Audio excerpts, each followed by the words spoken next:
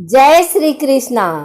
आइए सुनते हैं सुखसागर के 7वें स्कंद का चौथा, 5वां एवं 6वां अध्याय। प्रहलाद जी ने अपने मित्रों से कहा, मेरे पिता श्री हिरण्यकश्यपु मंदरांचल पर्वत पर तपस्या के लिए गए तो देवताओं ने दानवों पर आक्रमण कर दिया। हिरण्यकश्यपु के न होने से दैत्य सेनापतियों का साहस जाता रहा। वे देवताओं का सामना न कर सके तथा अपनी रक्षा हेतु इधर उधर छिप गए। इंद्र ने मेरी माता कयाधु को गिरफ्तार कर लिया। उसी समय देवर्षि नारद जी वहां आए।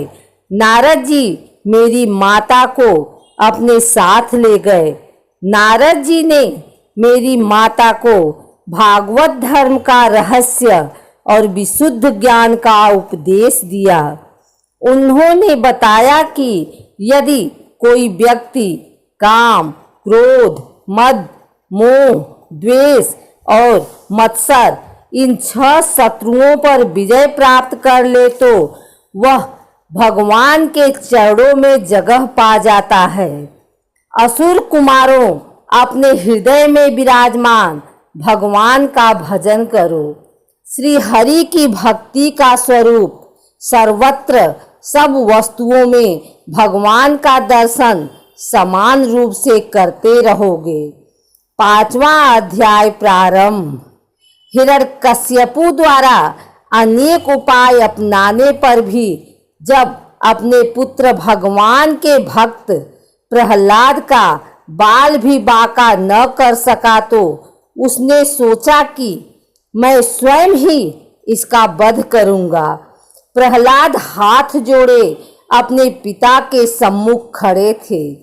उनके पिता हिरण्यकश्यपु ने कहा, मैं तुझे यमराज के घर भेजकर फल चखाता हूँ। प्रहलाद ने कहा, पिताश्री, ब्रह्मा जी से लेकर छोटे बड़े सबको भगवान श्री हरि ने अपने बस में कर रखा है। वे ही सर्वशक्तिमान सबके काल हैं तथा सब प्राणियों के इंद्र बल, मनोबल और देह बल भी वही हैं। हिरण्यकश्यपु ने कहा, अब तू मरना चाहता है, देखूं तेरा भगवान कहाँ है। तेरा भगवान सब जगह विराजमान है तो इस खंभे में क्यों नहीं दिखाई देता।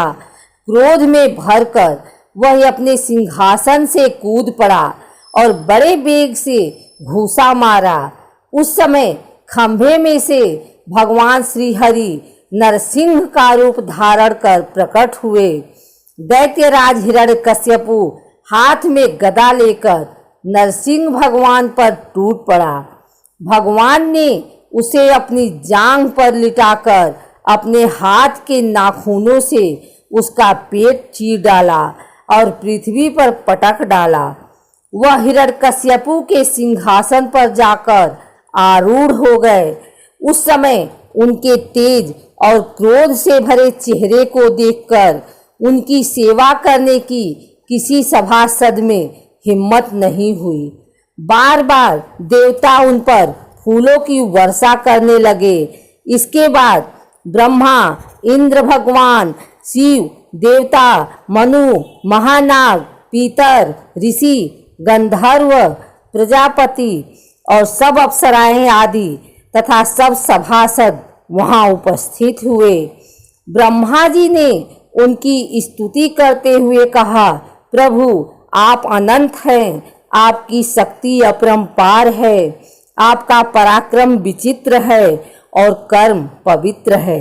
आप अपनी लीला से संपूर्ण विश्व की उत्पत्ति, पालन और प्रलय यथोचित ढंग से करते हैं, फिर भी स्वयं निर्विकार रहते हैं। मैं आपको नमस्कार करता हूँ। इसके बाद रुद्र ऋषियों, विद्याधरों, चारणों, गंधर्वों, प्रजापतियों, नागों, किन्नरों, किम पुरुषों, यक्षों ने क्रमशः नाना प्रकार से उनकी स्तुति की और नमस्कार किया। भगवान के पार्षदों ने कहा, आपका नरसिंह रूप आज ही देखने को मिला। यह दैत्य आपका आज्ञाकारी सेवक था, जिसको संतकारी ऋषियों ने श्राप दिया था। आपने इसका उद्धार करने के लिए ही वध किया है। 6वां अध्याय प्रारंभ। ब्रह्मा जी, शिव जी और देवगण नरसिंह भगवान के क्रोध को शांत न कर सके। उनका गुस्सा शांत करने के लिए लक्ष्मी जी से कहा गया। भयवश वे भी उनके पास जाने की हिम्मत न कर सके।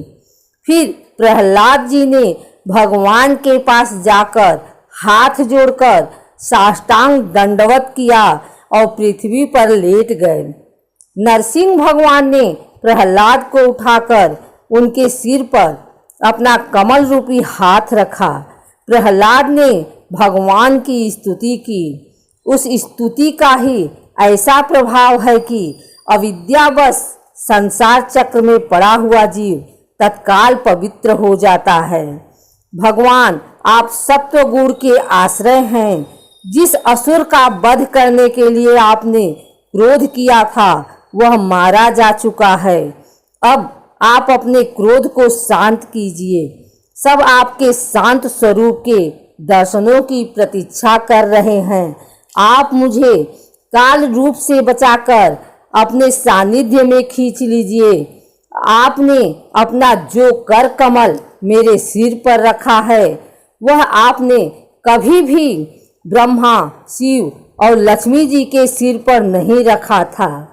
भगवान इस संसार रूपी अंधेरे कुएं में काल रूपी सर्प की तरह डसने को सदैव प्रस्तुत रहते हैं।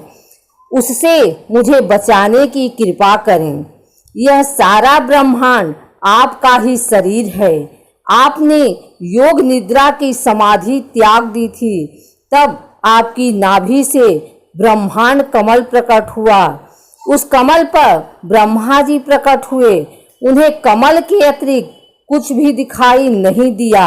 वह अपने को आपसे बाहर जानकर जल के अंदर घुसकर 100 वर्ष तक आपको ढूंढते रहे, परंतु उन्हें आप दिखाई नहीं दिए।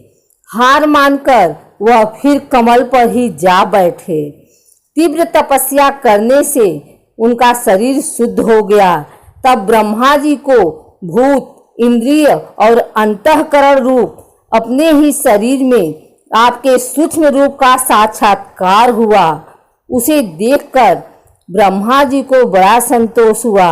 रजोगुण और तमोगुण रूप मधु और कैटभ 2 बड़े बलवान दैत्य थे। जब वे वेदों को चुरा कर ले जा रहे थे, तो आपने हयग्रीव का अवतार ग्रहण किया। उन दोनों का वध करके सत्वगुण रूप श्रुतियों को ब्रह्मा जी को लाकर लौटा दिया। हे पुरुषोत्तम, मोक्ष के 10 साधन तपस्या, मौन, शास्त्र श्रवण, ब्रह्मचर्य, स्वधर्म पालन, स्वाध्याय, समाधि, जप, युक्तियों से शास्त्रों की व्याख्या और एकांत सेवन आदि है। परंतु जिनकी इंद्रियां बस में नहीं हैं, उनके लिए यह सब व्यर्थ है। आपकी सेवा के 6 अंग हैं: नमस्कार, समस्त कर्मों का समर्पण, सेवा पूजा, स्तुति, चरण कमलों का चिंतन और लीला कथाओं का श्रवण। भक्ति के बिना आपकी प्राप्ति संभव नहीं। नारद जी ने कहा कि प्रहलाद ने इस प्रकार भगवान नरसिंह के गुणों का वर्णन किया। इससे उनका क्रोध शांत हो गया। नरसिंह भगवान ने दैत्य श्रेष्ठ प्रहलाद, मैं तुम पर प्रसन्न हूँ। तुम्हारी जो अभिलाषा हो वह मुझसे मांग लो।